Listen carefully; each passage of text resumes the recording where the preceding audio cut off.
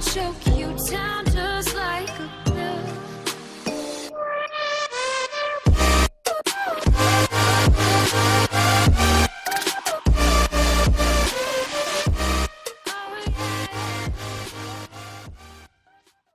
Hey guys and welcome back to Empire. तो अर्थ के हीरोज ने कोटाटे के इन्वेजन को रोक दिया है। कोई और कोटाटे सरेंडर कर चुके हैं, लेकिन इस लड़ाई के परिणाम भी सभी को भुगतने पड़ेंगे। मून का ब्लू एरिया। वाचर दान सीन कह रहे हैं मून के ब्लू एरिया के ऊपर एक पुराना क्री शहर है। कई सालों से कई सारे लोग इसका कई तरीके से इस्तेमाल करते आ रहे हैं। एक बैटलफील्ड, एक गार्डन और मेरे लिए एक जेल। मैं हूँ दान सीन और मुझे यहाँ पे चुपचाप खड़े रहकर यह सब देखने की सजा मिली है। एक ऐसा इतिहास जो फिर से एक सर्कल में घूम रहा है। द कोटाटी, क्री, स्क्रल्स और अर्थ के हीरोज वे इस यूनिवर्स की सबसे पुरानी लड़ाई को खत्म करने के लिए यहाँ पहुँच चुके हैं और अब कुछ बचे हुए हीरोज भी यहाँ पे आ गए। इनकी शुरुआत और अंत इन्हीं सब से होता है, बच्चों से। बच्चों को अपने पास आया देखकर जॉनी जल्दी से उनके पास जाता है। रीड ने कहा, जॉनी रुको, अब इसे क्या हो गया बेन? बेन ने कहा, अगर मैं उड़ पाता तो मैं भी यही करता। तुम्हारी समझ में बात नहीं आएगी। जब तुम, सुजैन और बच्चे टाइम स्पेस के अंदर घूम रहे थे तब पूरे 5 साल का गैप था। सुजैन कहती है, लेकिन हमारे टाइम में तो बस कुछ ही महीने थे। मैंने कहा, यही तो मैं कह रहा हूँ, तुम बच्चों के साथ थे लेकिन मैं और टॉर्च हम अकेले थे। ये मान लो कि हमने आग झपकाई और फ्रैंकलिन वलेरिया एकदम से टीनेजर हो गए। वलेरिया नीचे उतर रही है। स्पाइडी, मिस्टर लोगन, आपको हमारे साथ आने की क्या जरूरत थी? आपको भी कुछ काम होगा ना? स्पाइडी ने कहा, और हम मून पे आने का मौका गवा दें? देखो मैं तो यहाँ पे कभी नहीं आया। लोगन कहते हैं, मकड़ी ज्यादा ओवर एक्टिंग मत करो। जोविन और नकाला भी मून के ब्लू एरिया को देखकर काफी खुश हैं क्योंकि उनका पूरा इतिहास ही इसी चीज से जुड़ा हुआ है। आज वो पहली बार इस चीज को देख रहे हैं। नकाला अलीसा को भी ये चीज दिखाना चाहती है। तो गाइस जॉनी वलेरिया से बात करने लगा। फ्रैंकलिन को रीड रिचर्ड्स का आयरन मैन वाला सूट काफी पसंद आ रहा है, जबकि सुजैन स्पाइडी और लोगन का थैंक्स बोलती है। वहीं बैन अलीसा से मिलना चाहता है, लेकिन नकाला उसे पूरा ब्लू एरिया घुमाना चाहती है। तब इन दोनों बच्चों को अपने सामने साक्षात हल्कलिंग दिखाई देता है। दोनों उसके सम्मान में झुक जाते हैं। हल्कलिंग भी इन दोनों बच्चों का थैंक्स बोलता है क्योंकि इन दोनों और उस ओमनीवेव प्रोजेक्टर की वजह से अलायंस और मजबूत हुआ है। ब्लैक पैंथर रिचर्ड्स बच्चे को उनकी कंट्रीब्यूशन के लिए थैंक्स बोलता है। वहीं कोई कह रहा है, हर चीज अच्छे से काम करती अगर ये 4 जानवर बच्चे नहीं होते। तभी लोगन को किसी की गंद मिलती है। यहाँ कुछ ठीक नहीं है, मुझे लग रहा है कि कोई हमें देख रहा है। तब थोर ने कहा, हाँ उधर देखो, वो काफी टाइम से हमें देख रहा है। मैंने पूछा, तो इस टाइम पे कौन है ये? मैं तो कुछ बता नहीं सकता। क्या इनह्यूमन्स वापस आ चुके हैं या फिर ये एक्समैन के कुछ लोग हैं? लोगन अपने क्लोज निकालते हैं। मैं इसको नहीं जानता, लेकिन मैं इसको जरूर जानना चाहूंगा। ऐसा लग रहा है कि कोई मेरे दिमाग के साथ खेल रहा है। मुझे ये बात बिल्कुल भी पसंद नहीं है, लेकिन थोर उसे समझाता है। रुक जाओ लोगन, मेरा उसके साथ पहले सामना हो चुका है। वो हमारे लिए कोई खतरा नहीं होगा। उसका नाम है दान सीन। इसके पास महान पावर्स हैं, लेकिन अब ये द वाचर बन चुका है। बैन कहते हैं, लेकिन वाचर तो तभी आता है जब कुछ बहुत इंपॉर्टेंट चीज हो रही होती है।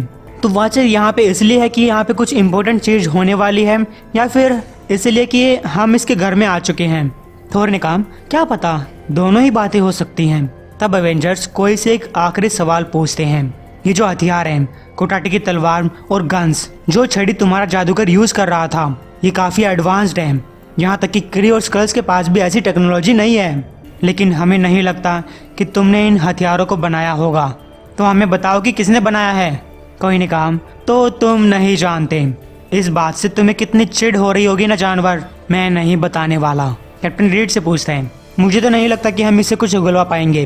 रीड ने कहा, मुझे लगता है कि तुम बुरा नहीं मानोगे, लेकिन मैंने यहाँ पे एक स्पेशलिस्ट को बुलाया है। और गाइज ये स्पेशलिस्ट है द प्रॉफिटर। अगर आप इसके बारे में नहीं जानते तो एम्पायर के कुछ पहले एपिसोड्स देख सकते हैं। प्रॉफिटर कहती है, हेलो डार्लिंग, मुझे पता है कि मिले हुए बस कुछ ही दिन हुए हैं, लेकिन मुझे काफी साल लग रहे हैं। गैस प्रॉफिटर और उसके साथियों को यहाँ पर देखकर जॉनी, बैन और वो दोनों बच्चे गुस्सा हो जाते हैं। बच्चों ने कहा, वो यहाँ पे क्या कर रही है? उसे हमसे दूर रखो। अलीसा पूछती है, फ्रैंकलिन क्या बात है, ये औरत कौन है? फ्रैंकलिन ने कहा, इसी औरत से हमने जोविन और नकाला को बचाया था, जो इन्हें सालों से कैद और लड़ने के लिए मजबूर कर रही थी।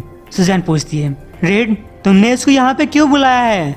रीड कहता है, देखो हमारे बाकी सभी साथी यहीं पे हैं, इससे हमें कोई खतरा नहीं होगा और हमें इससे थोड़ी सी जानकारी चाहिए। रीड रिचर्ड्स उसे कुटाटी के हथियार दिखाता है। प्रोफेसर कहती है, ओह तो तुम यही चीज मुझे दिखाना चाहते थे। इसकी कारीगरी तो काफी अच्छी है।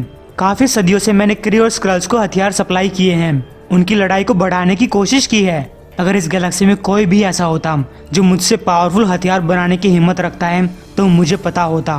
तो हाँ, मैं ऐसा कर सकती हूँ। मैं तुम्हारे लिए इन हथियारों को सुरक्षित रख सकती हूँ, लेकिन मैं जो भी कुछ करूँगी तुम्हें काफी बड़ी कीमत चुकानी पड़ेगी, जिसके बारे में हम बाद में बात कर सकते हैं। अभी के लिए चलो चलते हैं, मुझे बहुत सारा काम करना है। लेकिन थोर ने बीच में टांग अड़ाई, मैं इन सब बातों से काफी ऊब चुका हूँ। अगर कोई और कुटाटी हमारे और किसी काम के नहीं है तो मैं कह रहा हूँ कि अब हमें इनके साथ नहीं रहना चाहिए।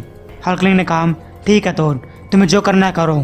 थोर कहता है, तो चला इन सभी कुटाटी को आजाद कर दो। लेकिन आजाद होते ही कोई थोर के ऊपर हमला करने कूदा, लेकिन सुजैन ने उसे रोक लिया।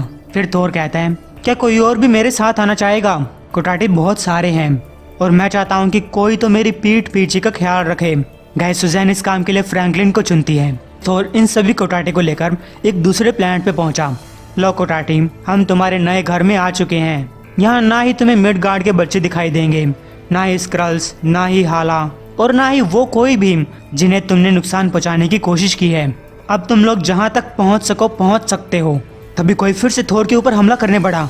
यू मॉन्स्टर, तुम मेरे लोगों को यहाँ पे छोड़ना चाहते हो इस बंजर प्लैनेट के ऊपर? तुम तो बहुत निर्दयी निकले। लेकिन थोर ने अपना हैमर नीचे रखा। शांत हो जाओ भतीजे, मैंने काफी दूर जाकर अपनी एक जन्मजात पावर के बारे में जाना है जो मुझे मेरी मदर गाया से मिली है।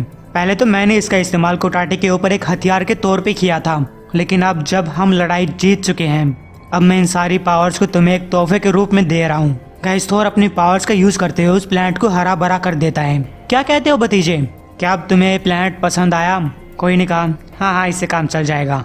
सुजैन कोई को आजाद कर देती है। बाकी सभी कुटाटी आसमान के सितारों को देखकर काफी खुश होते हैं। कोई ने कहा, मैं इन तारों को देखकर कुछ पहचान नहीं पा रहा। तुमने हमें स्पेस में कहाँ भेजा है? हमारे पास ना तो कोई मैप है, ना ही कोई शिप्स है, और ना ही तुम लोगों के पास वापस पहुंचने का कोई तरीका। फ्रैंकलिन थोर से पूछता है, मैं कुछ समझा नहीं। तुम एक साइड मिशन पे गए थे और तुम्हें एक एक्स्ट्रा गॉड लाइक पावर मिल गई, फिर तुमने अपनी ये पावर इन्हें क्यों दे दी? थोर ने कहा, बच्चे, पावर्स किसी को भगवान नहीं बना देती, और मैंने ऐसा क्यों किया? देखो, मैं अपनी सारी ताकत किसी भी अच्छे काम के लिए 1000 बार लगा सकता हूँ, लेकिन जो चीज हमें भगवान बनाती है वो हमारी महान पावर्स नहीं है, बल्कि हमारे बड़े दिल हैं। अब चलो रिचर्ड्स के बेटे और स्टॉर्म की बेटी, हमारा काम यहाँ पे खत्म हो चुका है। हमारी फैमिलीज हमारा वेट कर रही हैं। उधर वाचर कह रहे हैं, इस आंख का इस्तेमाल करके मैं सब कुछ देख सकता हूँ। कुटाटी को उनके नए वर्ल्ड पे देख पा रहा हूँ, साथ ही साथ थंडर गॉड और इसके दोस्तों को वापस आते हुए भी। लेकिन फिजिकली मैं यहाँ पे मौजूद ये सब देख रहा हूँ, हर एक इम्पोर्टेंट चीज नोटिस कर रहा हूँ। गाइस, कैप्टन मार्वल उस शहर की बिल्डिंग्स में घूमते हुए बाकियों के साथ कह रही है, ये वो टनल्स हैं जहाँ बेल्डॉन और रेक्सोर इतने सालों से रहते आ रहे थे।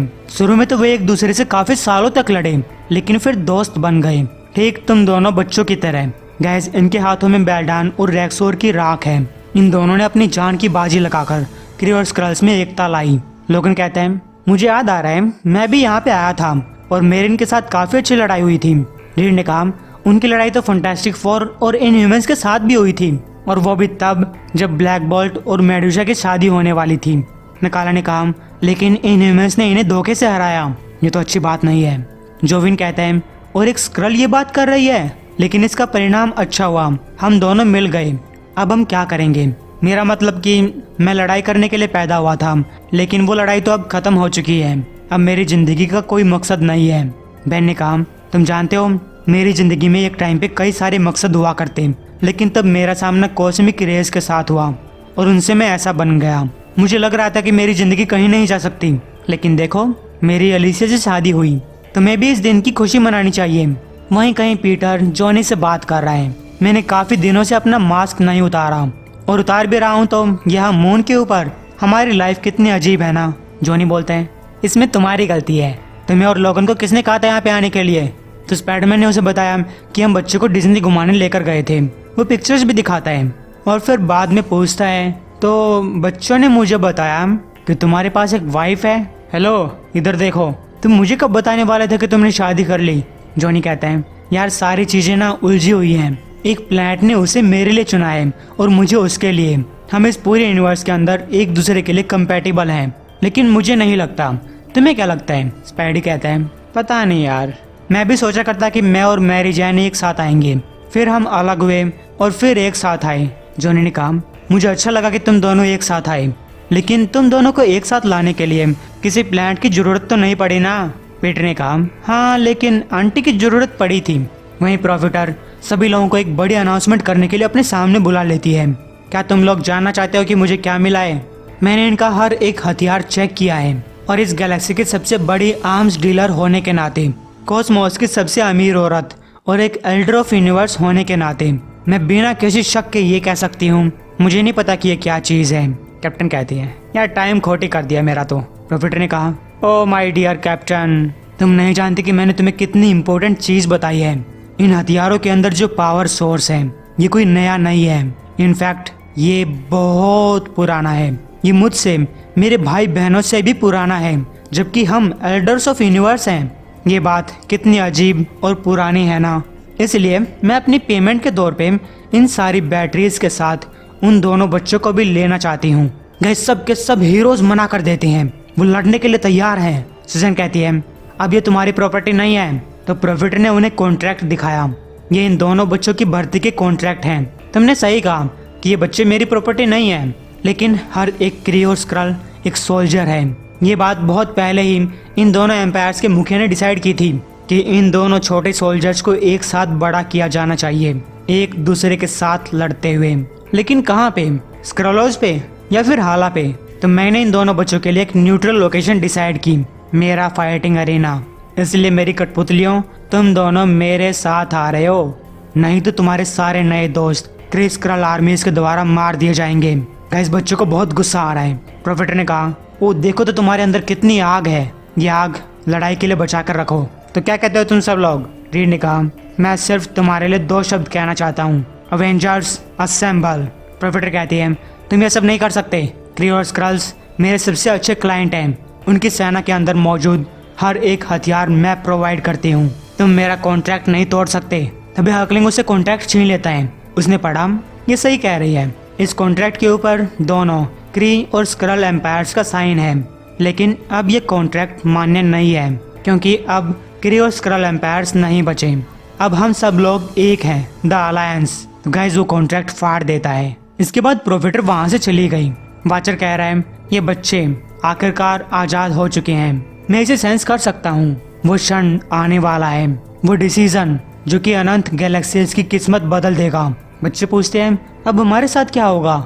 सुजैन ने कहा, हम तुम्हारा ख्याल रखेंगे, तुम्हें हमारे साथ आना चाहिए। हल्कलिंग कहता है, देखो ये बात अच्छी है, फैंटास्टिक 4 की वजह से ये दोनों बच्चे एक साथ काम कर पाए। मैंने उनके लिए एक अच्छे घर और अच्छे गार्डियंस को चुन लिया है। मैं डोरेक 8वां, नकालाम और जोबिन को तुम्हें सौंपता हूँ। गाइस रिचर्ड्स फैमिली काफी खुश होती है, लेकिन हल्कलिंग का इशारा बेन और अलीसिया की तरफ था। ये सुनकर बेन और अलीसिया काफी खुश हुए, क्योंकि वो भी बच्चों को चाहते हैं, आप समझ रहे हैं ना। और नकाला तो पहले से ही अलीसिया को पसंद करती है। खैर सब कुछ सेट हो चुका है। अलायंस अपने घर जा चुकी है और हीरोज अपने घर, जबकि मून पे बचा है वॉचर और कह रहा है अब केवल एक सवाल बचता है, ये कुटाटी हथियार। आखिर कुटाटी को ये हथियार कौन सप्लाई कर सकता है जो कि क्रियो स्क्रल से भी ज्यादा पावरफुल है? तुम्हें किसने बनाया, मुझे दिखाओ। ओह, तो प्रोफेसर झूठ नहीं बोल रही थी, ये टेक्नोलॉजी बहुत पुरानी है। ये elders of universe, S guardians, यहाँ तक कि सेलेस्टियल से भी पुरानी है। ओह माय गॉड, ये उस पहली प्रजाति की टेक्नोलॉजी है, एक ऐसी चीज जो इस आँख ने पहले कभी नहीं देखी।